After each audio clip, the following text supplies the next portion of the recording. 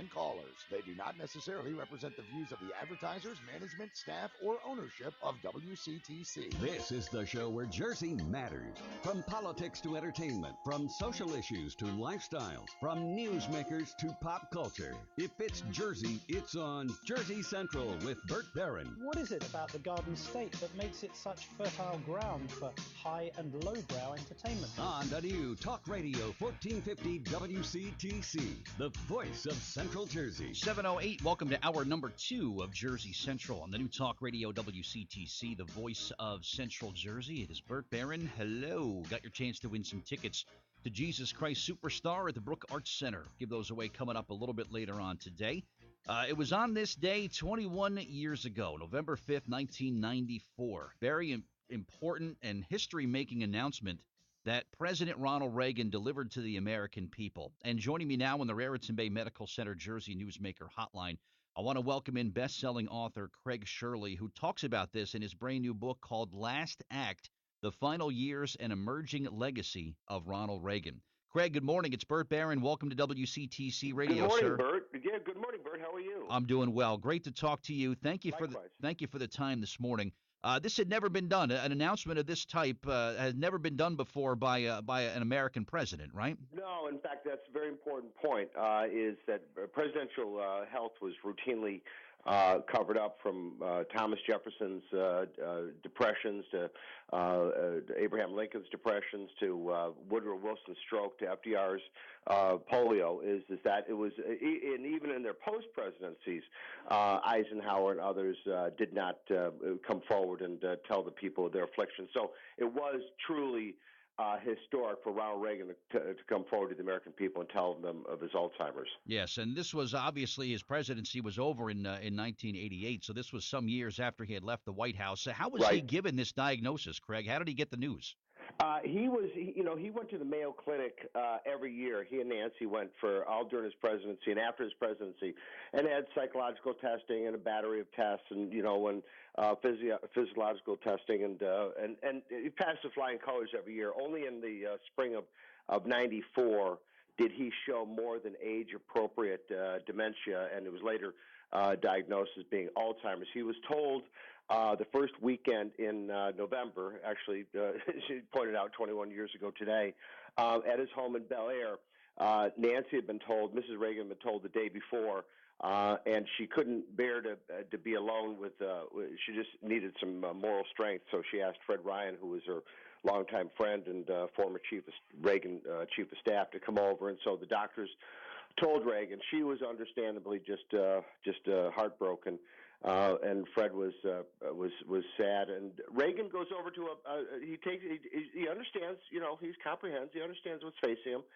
He goes over to a desk in the family room there at Bel Air and pulls out a piece of paper and starts writing. And Fred says, "Mr. President, what are you doing?" He says, "Well, I guess I better tell the American people." Now, it's astonishing is that you're given a death sentence. You are told that you are going to die, and you're going to die not pleasantly. And yet Reagan's first thought was not about himself. It was about the American people. Pretty remarkable. You obviously know the man very well. What was his age in 1994, Craig? Do you know? In 1994, he was 83 years old. Oh, 83. Okay. Yeah, all and right. He died 10 years later in June of 2004. Gotcha. So he sat down. He goes and wrote a letter. This is my affliction. This will kill me someday, and I want to get the word out to the people in my own words. Well, interestingly, it was all hopeful. It was all, he was matter of fact about it. I've been told I have, like millions of others, been diagnosed with Alzheimer's. We debated it, and in the past, Nancy's come forward with her breast cancer, and I've come forward with my cancer surgeries, and we think it helped people get early testing and help people possibly prevent cancer themselves. I know that my days ahead are going to be tough, and it's going to be tough on the family. Mm-hmm. But he concluded by thanking the American people for serving as their president, and he concludes by saying, "I know there's a bright dawn ahead for every American." Wow. Sincerely, Ronald Reagan. So it ends on a hopeful note. Yeah, so he didn't quite just kind of turn his life off at that point. He continued to go to his office. No, he continued to. I went out and saw him in '96 with my brother. Zuri and my wife went out to see him separately in '96, and he was at the office there at Century City. He was bright. He was engaged. The only problem he had was when my brother asked him if he'd been to the ranch recently, and he couldn't remember the word flooding. He took us over and showed us a picture of the horse at the ranch, and he couldn't remember the word flooding. But other than that, like we were leaving, and my brother said, "Mr. President, do you come to the office every day?" And Reagan says, "Not on the seventh day." So even 2 years into his Alzheimer's, he was still had a sharp wit. Wow. He was still going golfing. He was still. Now they did stop with the public speaking after the Alzheimer's was announced, but he was going to the office every day. He was playing golf every day. He was basically behaving like a semi-retired executive, but still a very active one. He was going to the ranch. He was riding horses. So for a long time after the Alzheimer's, they maintained a regular schedule. My guest is best-selling author Craig Shirley. We're talking about his brand new book called Last Act, The Final Years and Emerging Legacy of Ronald Reagan. Not your first book about former President Reagan, Craig, is it? No, this is actually my fourth. Three have but now been published.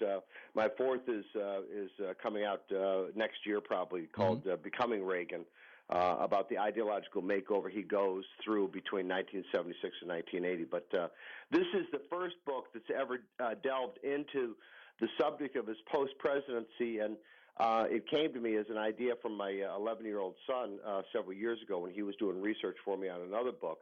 But it seemed very appropriate, especially given all the disinformation. There's not a lot of disinformation about Millard Fillmore, but there's always disinformation about John Kennedy or Dwight Eisenhower or Franklin Roosevelt or Ronald Reagan. And so that's why it's so important to protect the truth from the prevaricators and the other people who want to sell books but aren't much interested in the facts. Sure. You have your kid do research for you? That's pretty good. I can't get anybody to help me.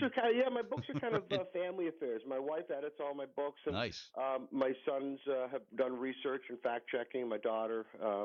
So it's been nice because we've always been a close family, but even so, it's even brought us closer together. Good for you. And all your books available at Amazon, the big retailers? Yes, they are. Okay. Costco, yes. Excellent. Sounds good. There's a local girl here. She was an American Idol contestant. She was about 16 or 17, took a vacation to California and visited the Reagan Library, and she became this authority on Ronald Reagan. She was fascinated with the guy. I said, "You weren't even born when he was president. What are you so drawn to?" And she just had this instant passion for Ronald Reagan. It was incredible.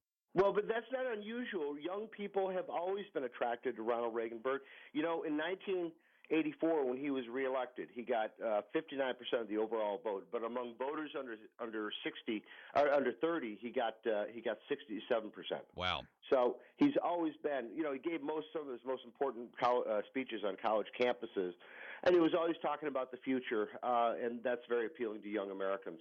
Great information, Craig. Great to have you on the show this morning. Good luck with the new book, sir, okay?